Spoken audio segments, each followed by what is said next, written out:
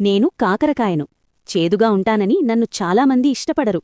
కాని నన్ను తింటే షుగర్ నియంత్రణకు తోడ్పడతాను. రక్తాన్ని శుభ్రం చేస్తాను. శరీరానికి సహజ డీటాక్స్ ఇస్తాను. చేదు అయినా ఆరోగ్యానికి నిజమైన ఫ్రెండ్ నేను. నేను పొట్లకాయను.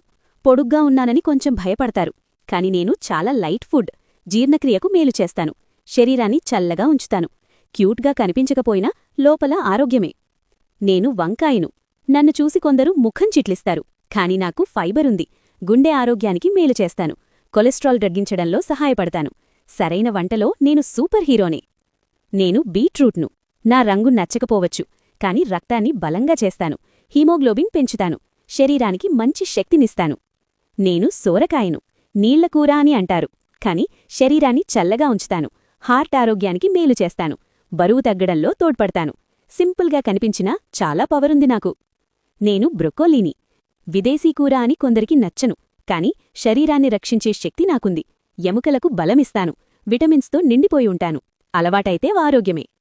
నేను బీరకాయను. రుచి తక్కువని నన్ను పక్కన పెడతారు. కాని జీర్ణక్రియను మెరుగుపరుస్తాను. శరీరాన్ని లైట్గా ఉంచుతాను. బరువు నియంత్రణలో సహాయపడతాను. రోజూ తింటే ఆరోగ్యం హ్యాపీ. మేమంతా కూరగాయలమే. మమ్మల్ని రోజూ సరైన మోతాదులో తింటే శరీరానికి అవసరమైన పోషకాలు సహజంగా అందుతాయి. ఏ ఒక్క ఆహారమే సంపూర్ణ ఆరోగ్యం కాదు. వివిధ కూరగాయలు సమతుల్యంగా తీసుకుంటేనే మంచి శక్తి, మంచి జీర్ణక్రియ, మంచి ఆరోగ్యం లభిస్తాయి. మమ్మల్ని ప్రేమతో తినండి. సమతుల్య ఆహారాన్ని అలవాటు చేసుకోండి. ఆరోగ్యంగా హ్యాపీగా జీవించండి.